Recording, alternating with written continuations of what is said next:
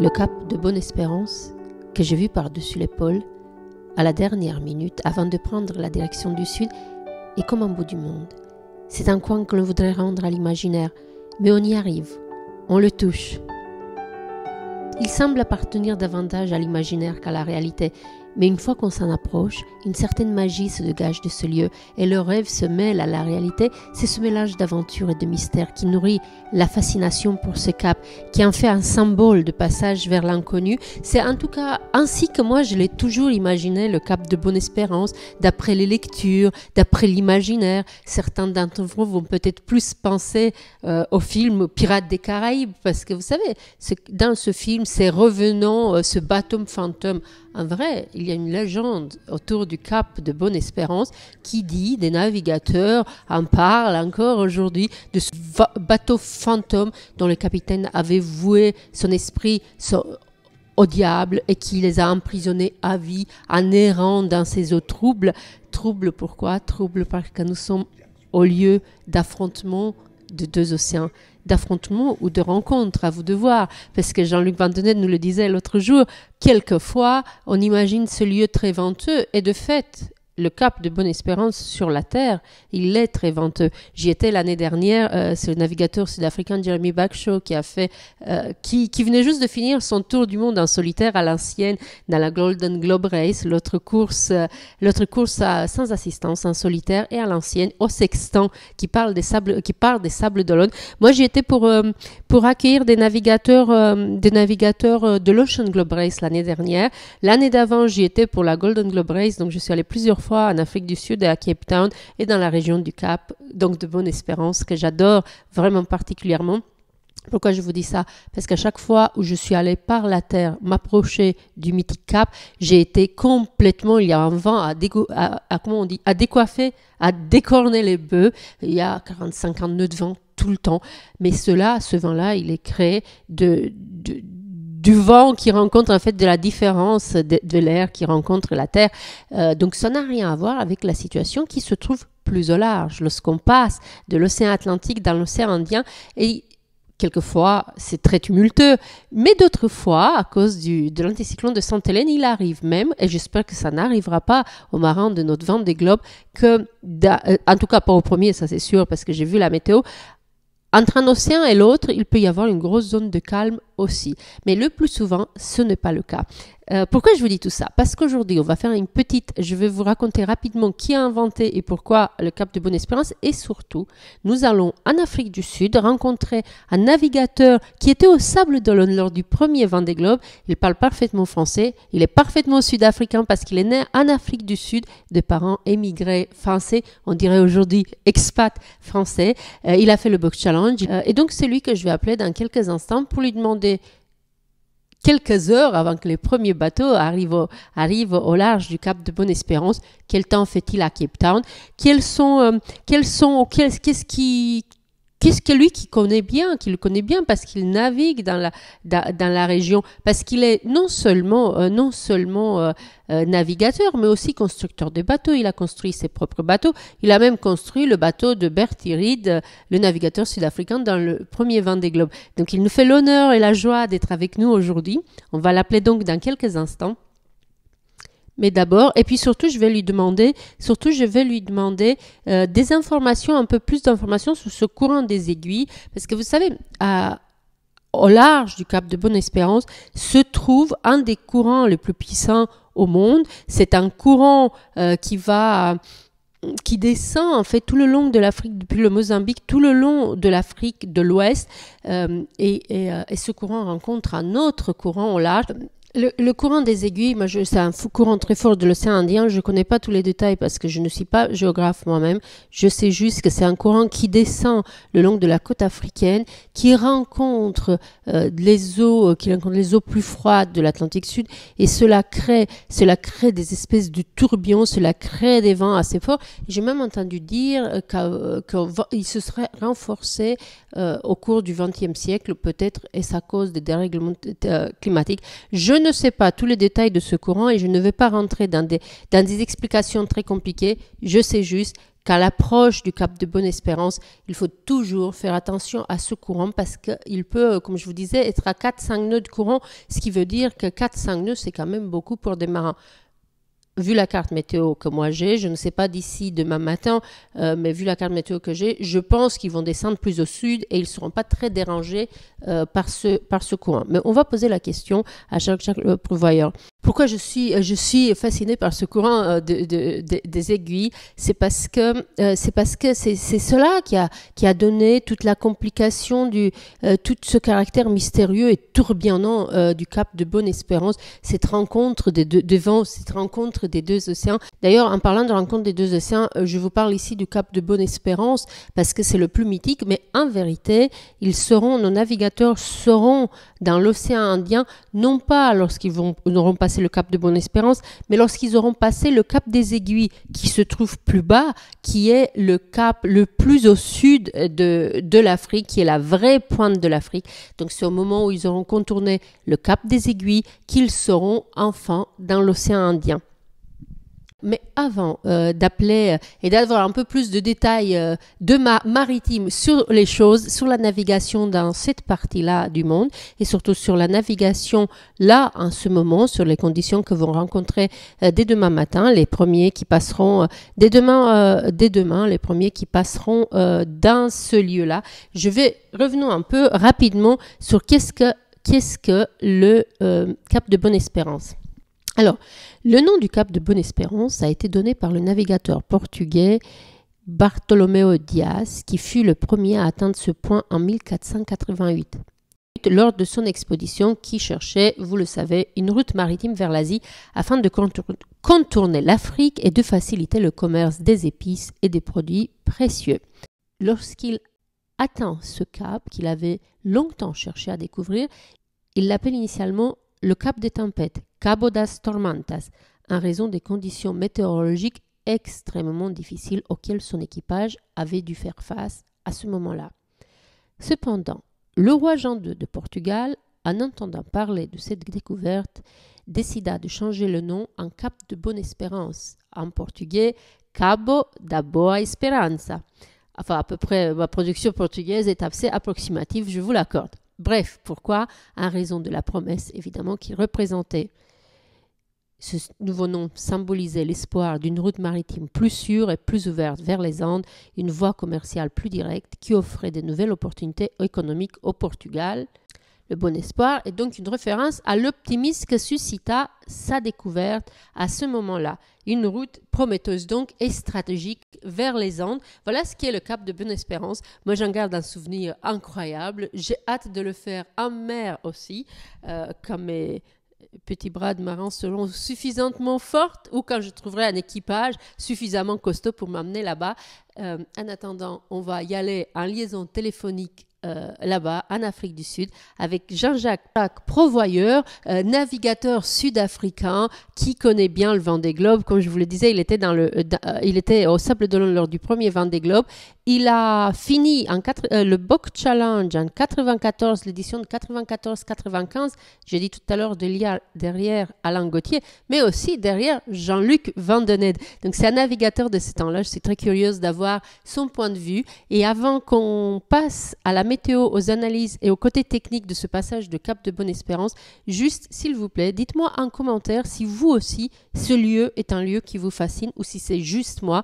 Moi, je suis roumaine, je suis née en Roumanie communiste, peut-être parce qu'enfant, j'imaginais ce lieu mythique, peut-être est-ce pour cela que lorsque je l'ai vu de mes yeux en vrai l'année dernière, j'ai eu cette espèce de joie limite hystérique. Et je me demande réellement si c'est juste dans ma tête un lieu tellement incroyable ou si vous aussi cela vous touche.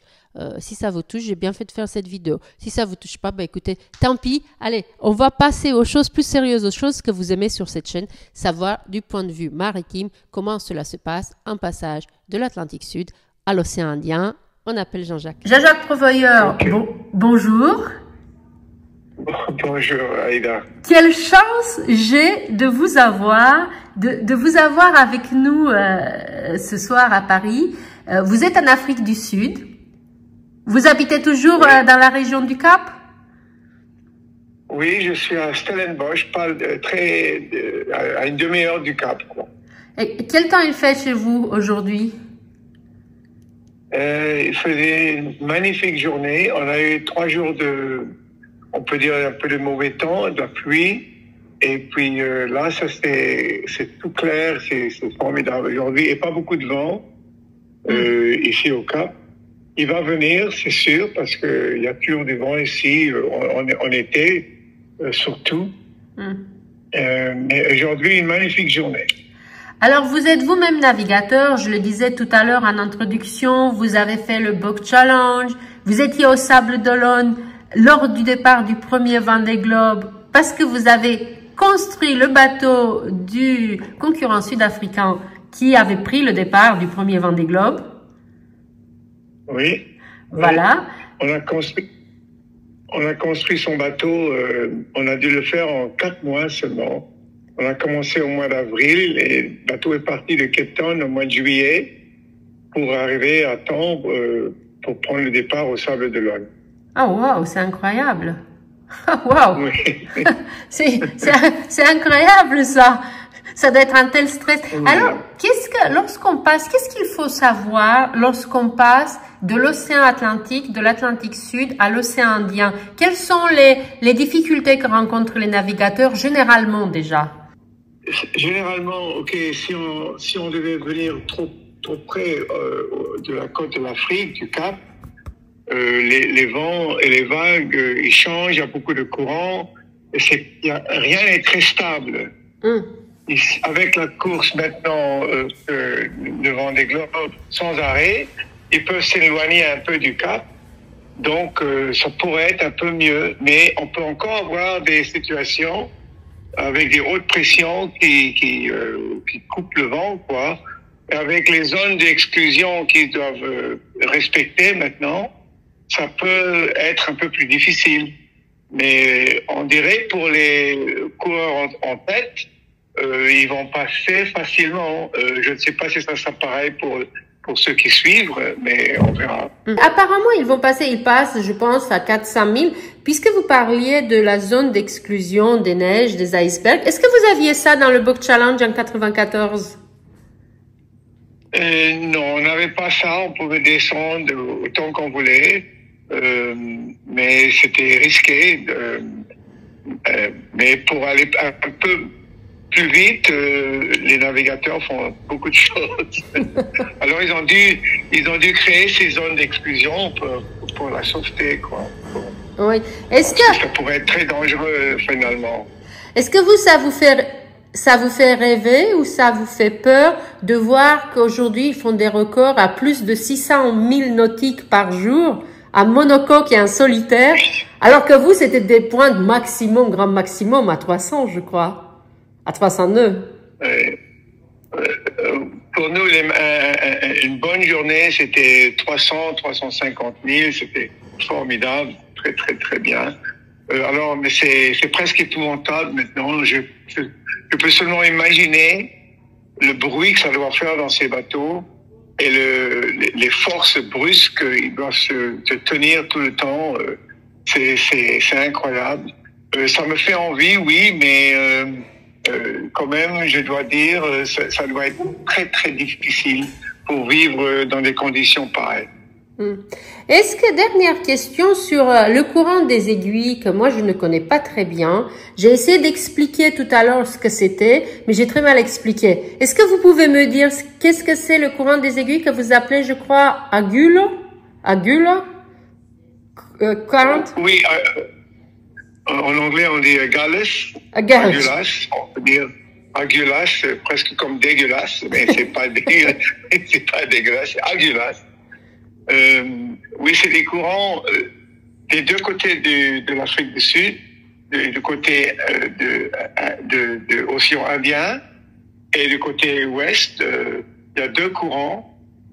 Et puis, Agulhas, parce qu'il y a un continental shelf, on dit, où la mer est pas très profonde.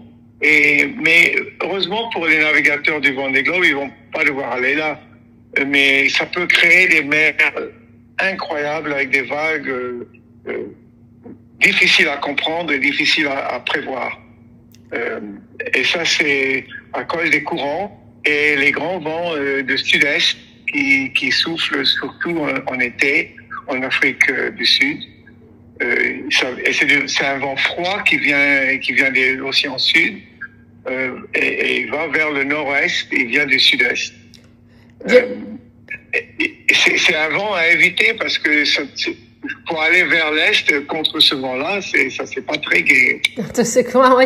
Jeremy Berkshire, il m'a dit que cette zone est assez incroyable, la zone de transition entre les deux océans, parce que lui, dans sa Golden Globe Race, il y a 2 ans, l'eau était à 20 degrés à ces endroits-là, alors que d'habitude, on peut imaginer qu'elle soit plus froide. Donc, c'est-à-dire que c'est vraiment un endroit qui est très instable de tout point de vue. Oui, absolument. Oui. On sait pas quoi y attendre toujours. Ok, la plupart du temps c'est comme ça, mais ça peut facilement changer. Oui, c'est juste. Et donc là, vous pensez que pour demain, les premiers 400 qui vont passer dans le Vendée Globe, eux de toute façon, ils vont aller plus au sud pour l'éviter, c'est cela? Oui, ils ont intérêt à aller plus dans le sud. Ils restent dans les vents favorables. Et puis ils évitent cette zone plus instable qu'on va trouver plus proche à la côte. D'ailleurs, pour moi, c'est ça la différence entre le Bob Challenge et le Vendée Globe. Rentrer chaque fois pour aller dans un port et ressortir, c'était pas vrai. On perdait beaucoup de temps et quelquefois on était arrêté. On était arrêté pendant des jours parce que le vent arrête quand tu es près de la côte, ou tu peux avoir beaucoup de chance et le vent est là et tu peux rentrer très vite ou sortir très vite ou pas. Alors la course, elle peut changer beaucoup, les positions peuvent changer beaucoup en rentrant et en sortant. Et moi, je pense que c'est un peu pour ça que Philippe Gentot et ses copains ont décidé, assez avec rentrer au port, on continue, ce sera plus facile comme ça, dans un côté. C'est peut-être une des raisons. Vous m'avez dit que vous aviez vu l'interview que j'ai faite de lui. C'est vrai que lorsque je lui parle à lui ou je vous parle à vous, on a l'impression que c'était un autre monde, une autre navigation. Vous, pour votre tour du monde, et en plus vous êtes arrivé bien, vous avez mis 311 jours, je crois. Moi, j'ai pris 133 jours. 103, oui, de quoi je parle? Oh là, je vous mets là, je suis désolée, j'ai fait le nombre de jours de Sir Robin Knox Johnson. À force de suivre les courses. Oui, c'est ça, 133 jours, aujourd'hui, on les attend à 70 jours, 70 et quelques, Oui, Christophe Auguin a gagné la course que j'ai faite. Lui a pris 121 jours, moi j'ai pris 133 jours. 10% de plus, on peut dire. Mais mon programme, il faisait financièrement seulement 10% que le sien. Alors, c'était tout juste. Ah oui, c'est vrai. C'est la même année, je crois. C'est l'année, vous avez eu dans votre course aussi Isabelle Autissier, Jean-Luc Vandenette cette année-là. Oui, Isabelle Autissier elle est à la Croix de l'Atlantique avec un vent tout à fait privé pour elle. Et elle est arrivée en 35 jours à Cape Town. Et le prochain, qui est 5 jours après, c'était Christophe Auguin avec 40 jours. Et moi, j'ai pris 42 jours, je pense. Ah oui? Oui. Alors, elle a eu un petit vent très privé qu'elle a gardé pour elle. Et elle est rentrée 5 jours avant tout le monde. Bon, écoutez, vous savez quoi? En tant que fille, je ne peux que me réjouir. Voilà. Comment j'ai pas compris, pardon? Je disais, en tant que fille, je ne peux que me réjouir de ce qu'elle ait eu en vent privé. Il y avait beaucoup de filles très contentes pour elle. Vous pouvez le croire.